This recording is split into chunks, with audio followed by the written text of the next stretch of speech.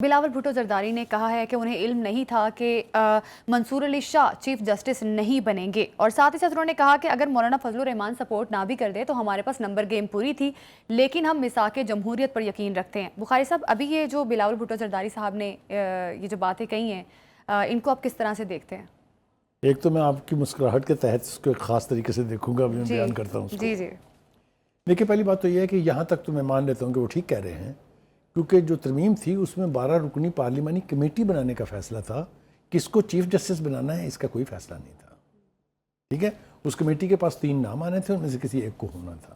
تو یہاں تک تو میں سمجھتا ہوں کہ وہ ٹھیک کہہ رہے ہیں کہ ترمیم کے اندر کسی شخص کا نام نہیں تھا۔ اور دوسری بات یہ ہے کہ آپ کو یاد ہوگا مولانا فضل الرحمان صاحب نے 2-3 سے زیادہ مرتبہ یہ کہا کہ اس ترمیم کو شخصیات کے ساتھ نہ جوڑے، یاد ہے؟ ہاں جی۔ تو ایک تو میں یہ اتفاق کرتا ہوں بلاول سے کہ انہیں یہ پتہ نہیں تھا کہ کون بنے گا، بلکہ اگر مجھے ان کی اچھی طرح سے تقریریں یاد ہیں تو وہ یہ کہہ رہے تھے کہ منصور علی شاہ ہی چیف جسٹس بنیں گے، یاد ہے آپ کو؟ اینی وے، ایک تو یہ ہو گیا۔ دوسری بات یہ ہو گئی کہ اب مولانا صاحب اور ان کے بیچ ایک تھوڑا سا مجھے ڈسٹنس لگ رہا ہے، فاصلہ لگ رہا ہے۔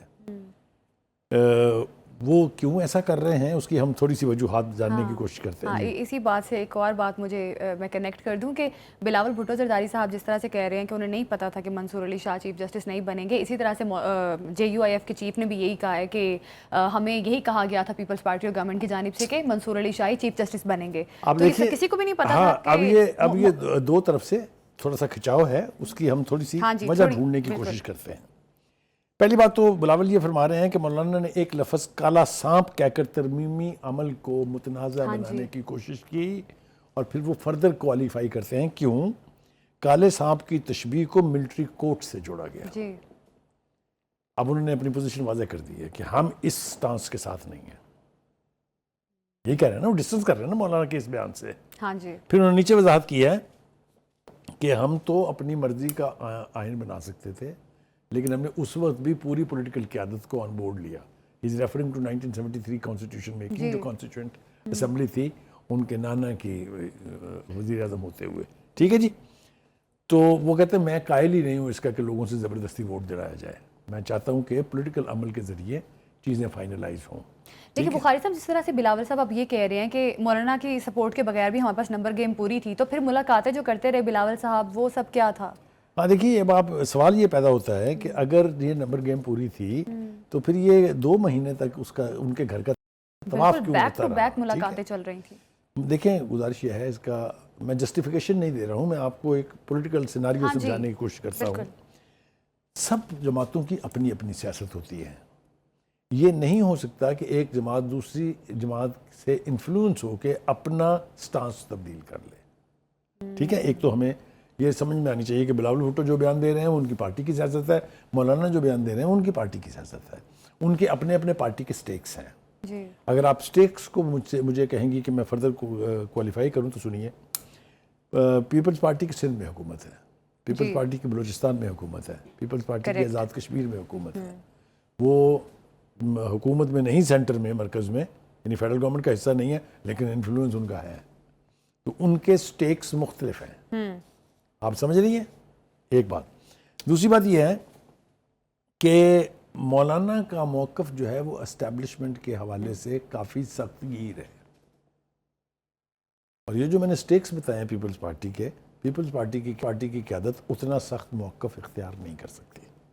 تو ایک تو ہمیں یہ سمجھ آنی چاہیے کہ یہ گیم پلان کیا ہے، اپنی اپنی پارٹی کی سیاست ہے، اپنا اپنا سٹانس ہے، لہٰذا وہ اسی طرح ہی رہے گا۔ اب آج تھوڑا سا آگے چلتے ہیں۔ JUI نے آج مولانا فضل الرحمان صاحب نے اپنی فیل یا اپنا موقف جو ہے وہ اپنے سپوکس مین کے ذریعے تھوڑا سا ایکسپلین کرنے کی کوشش کی ہے، اس کو ذرا دیکھ لیتے ہیں۔ جو بات آپ نے کی تھی کہ وہ کہتے ہیں کہ ہمیں تو یہ یقین دلایا گیا تھا کہ منصور علی شاہ چیف جسٹس ہوں گے، یہ اس وقت تک کی ٹھیک ہے، میں نے آپ کو بتا دیا کہ بلاول بھٹو نے اپنی تقریروں میں کہا تھا کہ ان کو ہونا چاہیے، اور مسلم لیگ نون کے بھی کئی لیڈرز کے بیان میں آپ کو بتا سکتا ہوں کہ نہیں جی نہیں، وہ تو سینیورٹی کے اعتبار سے تو وہی بنیں گے، لیکن وہ بل جب پاس ہو جاتا ہے نا، جب آپ کے ایک ہرڈلز آپ کراس کر لیتے ہیں تو پھر آپ تھوڑے سے خود مختار ہو جاتے ہیں، اور اس خود مختاری کا نتیجہ یہ ہوتا ہے کہ آپ اپنے کیے ہوئے وعدے بھول جاتے ہیں۔ آپ سمجھ رہی ہیں میں کیا کہہ رہا ہوں؟ دوسری بات یہ کہ وہ کہتے ہیں کہ جی ہمارے سینٹرز کو لاپتہ کیا گیا، حکومت نے آخری رات اپنا اصل مسودہ کابینہ میں پاس کروانے کی کوشش بھی کی. اب یہ ایلیگیشن حکومت کے اوپر آ رہا ہے. جی حکومت کو میٹنگ میں کہا تھا کہ سینیارٹی کوٹا کو نہ چھیڑیں, جسٹس منصور کو ہی چیف جسٹس بنائیں. یہ ترجمان کہہ رہے ہیں that man is speaking what مولانا از فیلنگ, کہ وہ تو اسی کو بننا چاہیے تھا چونکہ وہ سینئر ترین تھے. ٹھیک. پیپلز پارٹی سمیت حکومتی پارٹی نے اسے تسلیم کیا, مگر کمیٹی میں جا کر کیوں بدل گئے یہ ان سے پوچھا جائے کہ آپ نے ہم سے تو یہ وعدے کیے تھے اور بعد میں آپ نے جسٹس یحییٰ افریدی کو بنا دیا کمیٹی کے ذریعے, کیوں؟ وہ کہہ رہے ہیں سوال اٹھتا ہے. ٹھیک. اچھا بخاری صاحب, ابھی یہ جو انہوں نے کہا ہے کہ ہمارا بھی سینیٹر غائب ہوا, اگر آئینی ترمیم میں ساتھ نہ دیتے, ووٹ نہ دیتے تو شاید اور زیادہ نقصان ہو سکتا تھا, شاید منظر نامہ کچھ اور بن سکتا تھا. تو یہ دیکھیے ہر اسٹیبلشمنٹ کے پاس یا ہر سٹنگ گورنمنٹ کے پاس ہمیشہ پلان بھی ہوتا ہے. وہ جن سینیٹرز کے اغوا ہونے کا تذکرہ ہوتا رہا, سینیٹر زرکا تھی اس میں, سینیٹر سلیم شاہد تھے, اور بہت سارے لوگ تھے کہ اغوا کر لیے ہیں جی, اٹھا لیے ہیں جی, زین قریشی کا نام بھی تھا اس میں, وہ بی پلان کے تحت بھی لوگ پورے تھے مگر اس کی ضرورت ہی نہیں پڑی. ہاں. تو یہ الزام ٹھیک بھی ہے نہیں بھی ہے. ٹھیک اس لیے نہیں ہے کہ وہ آپشن استعمال نہیں کیا اسٹیبلشمنٹ نے یا حکومت نے, اور غلط بھی نہیں ہے اس لیے کہ پلان بی جو ہے وہ موجود تھا. ہیونگ سیڈ دس, ابھی ذرا تھوڑا اور آگے چلتے ہیں. اب اسلم غوری صاحب جو ہیں جو میں نے, وہ مزید آگے کہتے ہیں کہ اب تو ہمیں کوئی صدر پاکستان بنانے کی بھی آفر کرے تو ہم نے یہ قبول نہیں کرنی. امپلائڈلی کیا وہ یہ اقرار کر رہے ہیں کہ پہلے ہمیں اس قسم کی آفرز تھیں, جو چیف جسٹس سوری جو بلوچستان کا چیف منسٹر بنانے کی تھی, جو کے پی کے کا گورنر بننے کی تھی, یہ باتیں تو ہوتی رہی ہیں نا. بخاری صاحب ایک سوال ہے, مولانا نے ساتھ جو دیا ہے گورنمنٹ کا وہ اس لیے دیا ہے کہ ان کو کوئی پوزیشن چاہیے تھی, ایک یہ تاثر دیا گیا اور ہم سب نے دیکھا بھی, سنا بھی, پروگرام میں آپ نے بات بھی کی, ایک دفعہ نہیں ایک سے زیادہ دفعہ, یا پھر ابھی وہ یہ جو چیز کہہ رہے ہیں کہ جو اب شور مچا رہے ہیں ان کو یہ نہیں پتا کہ انہیں پھر فوجی عدالتوں کے سامنے کھڑا ہونا پڑنا تھا, تو شاید یہ مجبوری کے تحت انہیں ساتھ دینا پڑا کہ ان کے پاس کوئی اور آپشن نہیں تھا. دیکھیے وہ عدالتوں والے جو اسٹرانگ قسم کی امینڈمنٹس تھی وہ تو ویسے ہی نکل گئی نا اس میں سے, جو امینڈمنٹ ہمارے سامنے ہاں وہ یہی کہہ رہے ہیں کہ فوجی عدالتوں میں کھڑا ہونا پڑتا, اس لیے میں نے 26ویں آئینی ترمیم میں ساتھ دی ہے گورنمنٹ کا. دیکھیے گزارش یہ ہے کہ اگر کوئی ڈیل تھی تو وہ سامنے آ جائے گی, کیونکہ اگر وہ فرض کیجئے کوئی جے یو آئی کا کوئی لیڈر گورنر بن جاتا ہے کے پی کے کا تو ڈیل ہے, اگر آپ کو چیف منسٹری مل جاتی ہے بلوچستان کی تو ڈیل ہے. تو میرا خیال یہ ہے کہ ہم انتظار کرتے ہیں اس وقت تک جب تک اس طرح کا کوئی منظر ہمارے سامنے آئے. لیکن ایک اور اہم بات, جو شوکت یوسف زئی ہیں, is a very prominent leader of the P T I from K P کے, وہ پھٹ پڑے ہیں بھائی صاحب. ہم جسٹس یحییٰ کی مخالفت کیوں کریں؟ یوسف زئی کمیٹی پر یوسف زئی کمیٹی اجلاس کے بائیکاٹ پر قیادت پر پھٹ پڑے. ان کا خیال یہ ہے کہ ان کے وزڈم میں انہیں کمیٹی کا بائیکاٹ نہیں کرنا چاہیے تھا, جبکہ آپ نے بندے نومینیٹ کر دیے تھے, پھر آپ وہاں سے کیوں بھاگے ہیں؟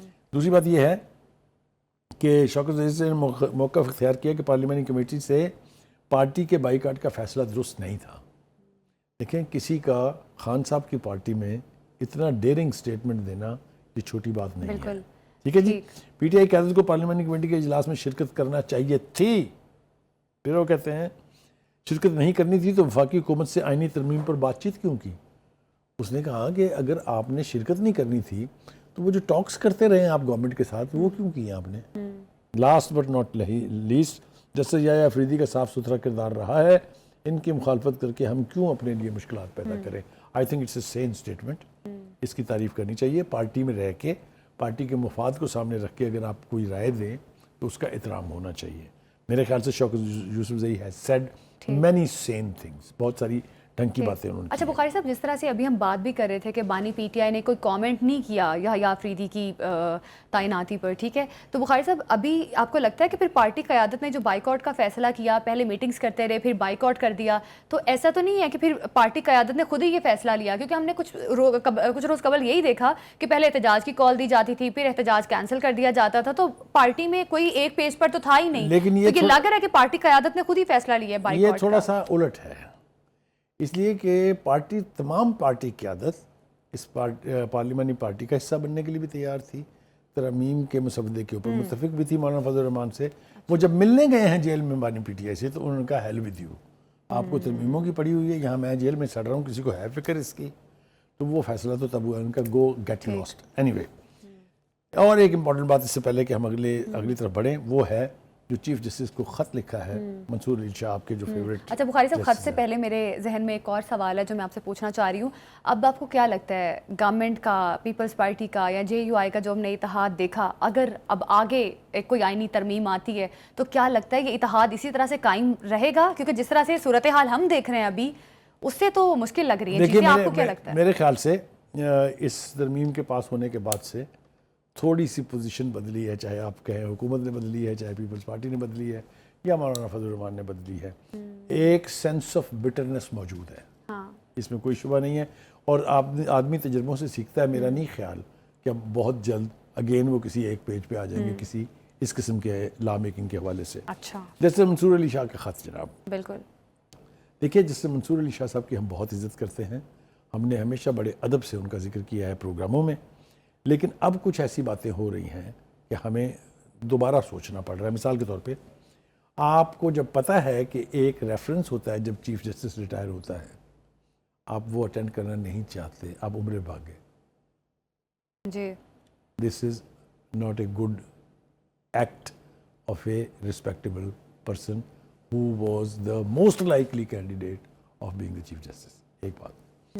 دوسری بات یہ ہے کہ وہ آپ نے یہ بھی کہہ دیا کہ میں یہ آرڈیننس جو تھا پریکٹس اینڈ پروسیجر والا، اس کے اوپر جب تک فل کورٹ نہیں بنے گا میں تو نہیں بیٹھوں گا جی کسی بینچ میں بھی. What are you talking? I mean a gentleman of the level of Mansoor Ali Shah being the most seasoned and most senior person in the Supreme Court، وہ اس طرح کی گفتگو کر کے اس طرح کے خط لکھے گا، اس میں پھر انگریز لوگوں کے معقولے جو ہیں وہ بھی بیان فرمائیں گے. تو اس حوالے سے تو بہت ساری باتیں میرے خیال سے قاضی فائز عیسیٰ صاحب بھی کر سکتے ہیں. آپ نے اپنے اس رویے سے ثابت کر دیا ہے کہ آپ کے دل میں قاضی فائز عیسیٰ کے حوالے سے، اور آپ نہ ان کے حلف ٹیکنگ یعنی جو اوتھ ٹیکنگ ہے نہ آپ اس میں آئیں گے، نہ آپ ان کے خلاف ریفرنس میں آئیں گے. I think it's a bad thing to do. بالکل بظاہر یہ لگ رہا ہے He should have the guts to stand up and face the situation. ان کے لیے جتنی پبلک اوپینین میں سمپتی تھی، آپ مجھے بتائیے میں نے اور آپ نے کبھی ان کے حوالے سے نیگیٹو گفتگو کی؟ وہ میرے خیال سے اپنا سٹیچر جو ہے اس کو مد نظر رکھ کے ان کو ایکٹ کرنا چاہیے. جس طرح کی گفتگو وہ آپ کر رہے ہیں اس سے ان کا قد چھوٹا ہو رہا ہے. بالکل. ابھی کا جو جسٹس منصور علی شاہ کا سٹانس ہے، انہوں نے یہی کہا کہ صرف عام مقدمات کی سماعت کے لیے بینچز میں بیٹھیں گے اور باقی آرڈیننس کی فل کورٹ توثیق تک حصہ نہیں بنوں گا. اور یہ بھی ساتھ کہا ہے انہوں نے کہ تاریخ جو ہے وہ گواہ ہے اور تاریخ کبھی معاف نہیں کرتی.